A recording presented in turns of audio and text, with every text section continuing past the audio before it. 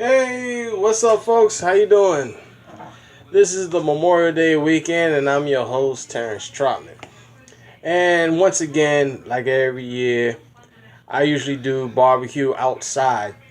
Well, unfortunately, this year I'm gonna be doing barbecue indoors, and I'm going to be also using my favorite new toy, which is the NuWave grill. Let me tell you about the NuWave grill. The NuWave is the new way of cooking food. It's a convection oven. Well, not an oven, it's a convection grill, which uses a lot less energy. And for a lot of people, if you live in places or in apartments where you don't have outdoor grill, or you can't have an outdoor grill, this is the next best thing. So today, I am going to prepare you my world famous barbecue Dr. Pepper ribs. And let me tell you, for the first time, I'm actually going to use it on, well, this is the second time I'm going to use it on the NuWave grill. So, with that being said, let's start. First off, you take your ribs, and what has happened was that what I did last night, I took the ribs out and I put them up in my personal favorite. Let it marinate for 24 hours in Dr. Pepper. So right now, we are going to get the ribs out.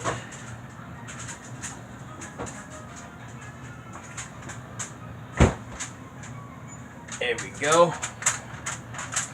We're going to get the ribs out, and then we're going to get everything ready. Now, what I usually use, you can use your ribs or any type of meats. When you do barbecue, you always want to marinate your meat. You can use anything to marinate your meat. You can use Coca-Cola, you can use Dr. Pepper, you can use sweet tea, even from Chick-fil-A. I've done that before. But the old timers, like my great grandfather John Tucker, he used to use moonshine or bourbon to marinate his meats. In some cases, moonshine right now, I can't get no moonshine, unfortunately. But any alcohol, liquor, you can use it to marinate your meats because it also breaks down. It's a natural meat tenderizer, believe it or not. So, with that being said, I'll be right back and I'm going to show you the step-by-step instructions, okay? Alright. Hey there, what's up? Once again, I'm your host, Terrence Trotman, and this is Happy Memorial Day. First off, I want to say Happy Memorial Day to all those who have served, who paid the ultimate sacrifice. That is what Memorial Day is all about. It's not just about having a 3-day weekend. It's mainly about paying homage to those that have paid the ultimate sacrifice. Me being myself as a veteran, 10 years of the United States Air Force Reserves, I salute to all military members, regardless what branch you served in. Even though I like to joke around saying, Air Force, we are the best. And that's number one. I grew up in a family that was mostly Army and Navy. A couple Marines in there. But there was only really a handful of us that went into the Air Force. To my grandfather, Alvin Dan White Sr., retired sergeant. He never got a chance to see me in my uniform. And then a few years ago on Memorial Day, I went and paid my respects to him and to my stepfather, Captain D.R. Anderson, United States Navy, I pay my respects at Arlington National Cemetery. And you will see my picture up on Facebook, as every year I do that. Also, you'll see a picture of my grandfather, Elwood, retired Sergeant Elwood C. Jefferson, who served in World War II, along with my grandfather. My grandfather served in World War II and in Korea. That's me. Only thing I served in was Afghanistan, and also I was part of the Katrina relief efforts. So, thanks to all those that serve and those that are serving right now, God bless you. You got your back. I got, like we say, never will leave a wingman behind, and I got you 6. So now, let's get back to cooking, shall we? Okay. Now, what we're going to do here, I have started off marinating my meats, and I marinate them for 24 hours. Some people marinate them for longer than that. Some people marinate them less than that. But what I tell people is, if you're going to marinate your meat, marinate it at least 24 hours. Alright? At least 24 hours. So, I am going to get out my ribs. Look at that. Look at that, baby. Look at that. I'm going to tell you right now. Some people ask, where do you get your ribs at? Where do you get your meats at? For me, I get it from the commissary. Because the commissary has the best. Of course, it has the best. I like to say a special shout out to the meat department over in the Annapolis commissary. Hoorah! You guys got the best meat. And to the people in the produce department, hoorah! You know who you are. Because without us, it won't be this. And this won't be good. Trust me. Alright. Now, in order to have a good seasoned meat, you always want to put rubs on it. Some people use different types of rubs. For me, for instance, I like to mix my rubs. So, I use a variety of different rubs here. I use sweet and smoky rub. I got that from the groceries department over at the commissary. Once again, I also want to say a special shout out to Annapolis commissary grocery department. Hey, we got you. Applewood rub and cowboy rub. So I use a mixture of them all three. And in some cases also, if you want to be really daring about it, also pork rub and cracked peppercorn. Gives you that little states to it. So what you do is that you can mix it up and make it more enjoyable and more seasoned, where in some cases you don't even really need barbecue sauce. And also brown sugar. Now, this year it's going to be a different take this year.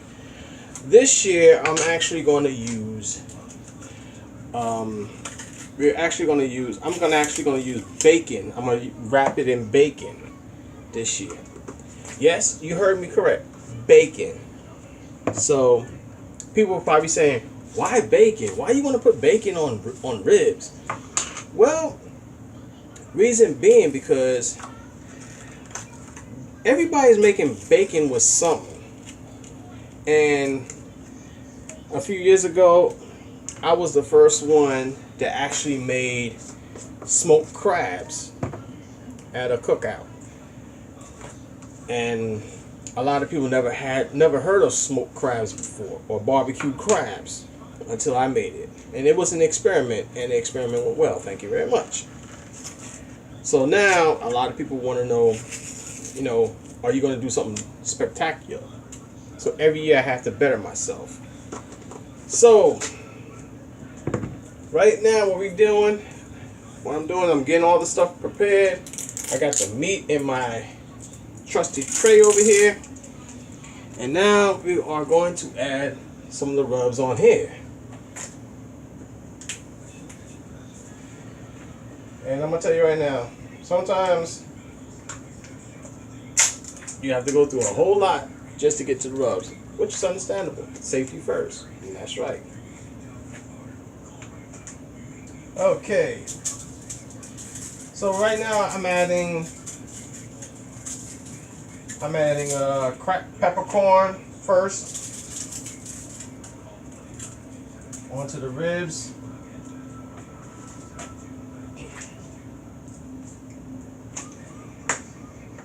And also I'm adding,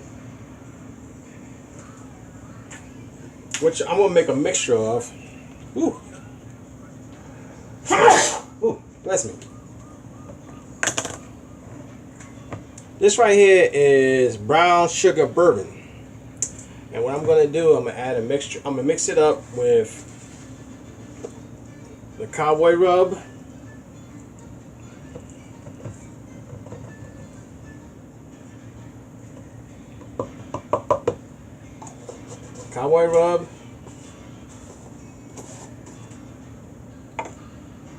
a little applewood rub,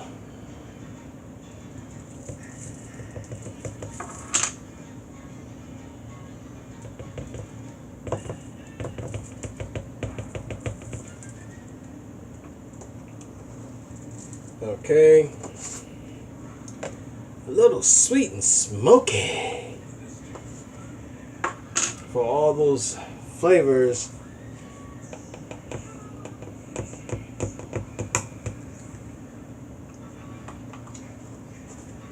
And last but not least, well, it's not going to be last but not least, but also I'm adding pork rub, which is for basically for the,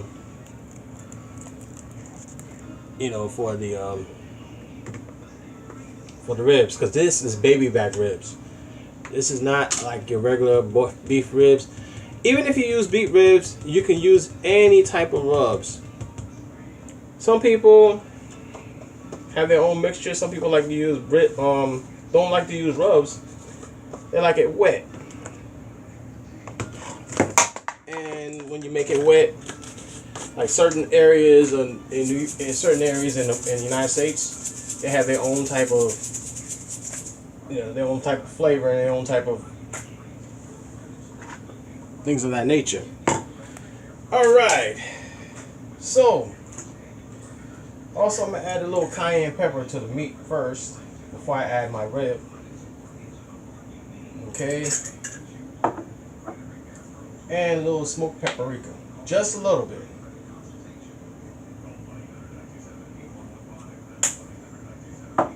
Now for the actual rubs.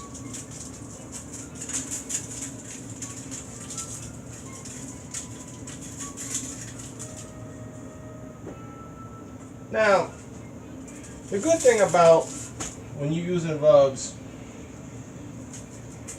it'll take the flavor, it gives you more flavor, and in some cases you may not even need to use barbecue sauce on your ribs.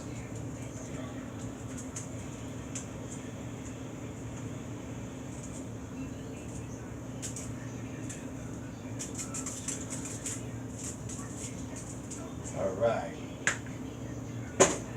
So, we got that all nice and squared away. And now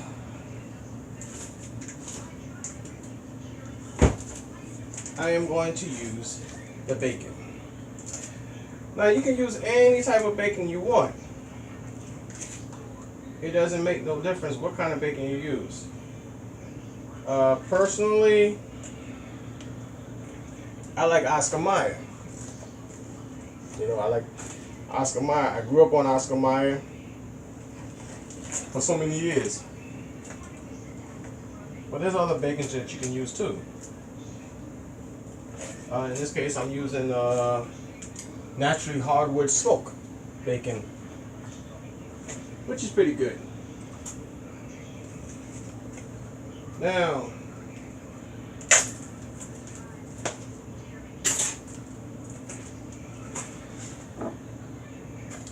if you're not going to use all of the bacon, it's always good to have a freezer bag, so this way you can put the remaining bacon back into the refrigerator and use it for something else. Now what we're doing right now, we're going to take this bacon and we're going to wrap it around.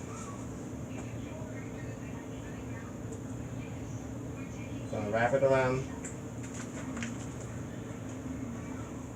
around the